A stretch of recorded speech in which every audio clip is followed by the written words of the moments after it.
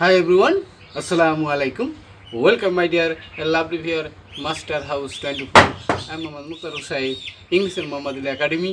সবাইকে স্বাগতম, শুভেচ্ছা এবং অনেক অনেক ভালোবাসা জানিয়ে তোমরা তার এসএসসি ফাইনাল এক্সাম দেবা 2024 অর্থাৎ 2024 সালে তোমাদের জন্য ফাইনাল বা চূড়ান্ত পরীক্ষার জন্য তোমরা অবশ্যই চিন্তা করছো কীভাবে আমরা পরীক্ষায় ভালো করতে পারি।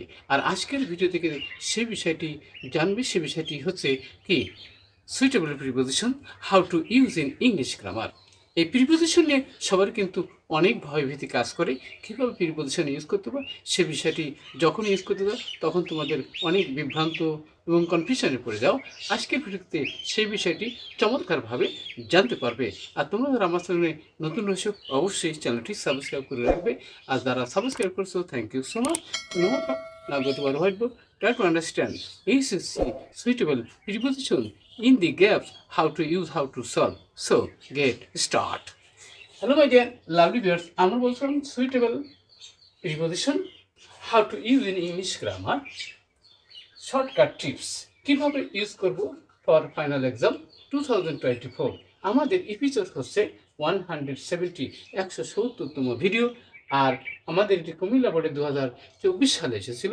অবশ্যই তোমরা যেহেতু এইচএসসি ফাইনাল পরীক্ষা দেওয়া তোমাদের জন্য এই বিষয়টি অবশ্যই আসার সম্ভাবনা রয়েছে 100%। সো আমরা এবার তাহলে no talk now start. Hello বন্ধুরা, প্রথমে দেখাবো উই গট আওয়ার ফ্রিডম, আমরা আমাদের স্বাধীনতা পেয়েছিলাম। The sacrifice of hundreds and thousand dash life. তাহলে এখানে আমাদের কী ধরনের প্রিপোজিশন ইউজ করলে সেন্টেন্সটি অবশ্যই মিনিংফুল হবে।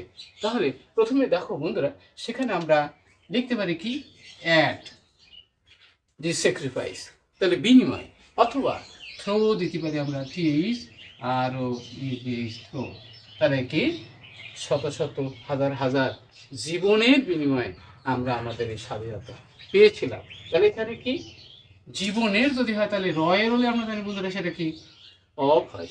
তাহলে আমাদের জীবনে কি বিনিময় কিন্তু আমরা এই আমাদের স্বাধীনতা পেয়েছিলাম। অবশ্যই বুঝতে পারছি। পেট্রিয়টস মানে দেশপ্রেমিক যারা রয়েছে কি অফ আওয়ার ল্যান্ড, আমাদের দেশের দেশপ্রেমিকরা। তাহলে আমাদের দেশের দেশপ্রেমিকরা ফট মানে যুদ্ধ করেছিল। এবারে কি কাদের বিরুদ্ধে যুদ্ধ করেছিল? পাকিস্তানি শাসকদের বিরুদ্ধে যদি হয় তাহলে আমরা সেখানে লাগবো কি এগেনস্ট, মানে কি বিরুদ্ধে, বা বিরুদ্ধে যুদ্ধ করেছিল, যারা অত্যাচার করেছিল সমস্ত অত্যাচারের বিরুদ্ধে, দি ওয়েস্ট পাকিস্তানি রোলার, পশ্চিমা শাসকদের বিরুদ্ধে। ফাইনালি দি অফিসার মানে কি এই অত্যাচারীরা ওয়ার কি বাউন্ড টু সারেন্ডার, তারা আত্মসমর্পণ করতে বাধ্য হয়েছিল। কাদের নিকটে?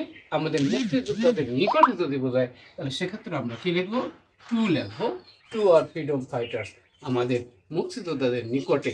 তাই কারণ নিকট যদি বোঝায় যে কোনো ক্ষেত্রে তাহলে সেখানে আমরা কি ব্যবহার করতে পারি? টু ব্যবহার করতে পারি। অবশ্যই বিষয়টি ক্লিয়ার হয়েছে। নেক্সট আমরা বন্ধুরা সেটা কি but a great number of, তাহলে মানে কি তাহলে অফ মানে রয়েল, তাহলে এখানে অ্যাপ্রোপ্রিয়েট প্রিপোজিশন হিসেবে আছে a great number of son of the land, আমাদের দেশের সন্তানেরা কি করেছিল? ডায়েট, তারা মারা গিয়েছিল। কোথায় মারা গিয়েছিল? তাহলে এখানে আমরা লিখতে পারি কি ইন হবে, যুদ্ধে মারা গিয়েছিল। আরও আমরা লিখতে পারি কি ডিউরিং দিতে পারি, ডিউরিং যুদ্ধকালীন সময়, যুদ্ধকালীন সময়ে যদি বোঝায় তাহলে আমরা ডিউরিং দিতে পারি, অথবা যুদ্ধের মধ্যে যদি বোঝায় তাহলে ইন দ্য ওয়ার, যুদ্ধে তারা মারা গিয়েছিল।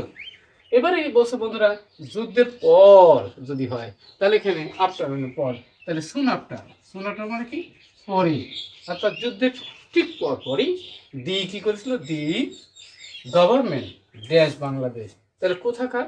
বাংলাদেশের যদি হয় তাহলে আমরা সেখানে কি ব্যবহার করতে পারি?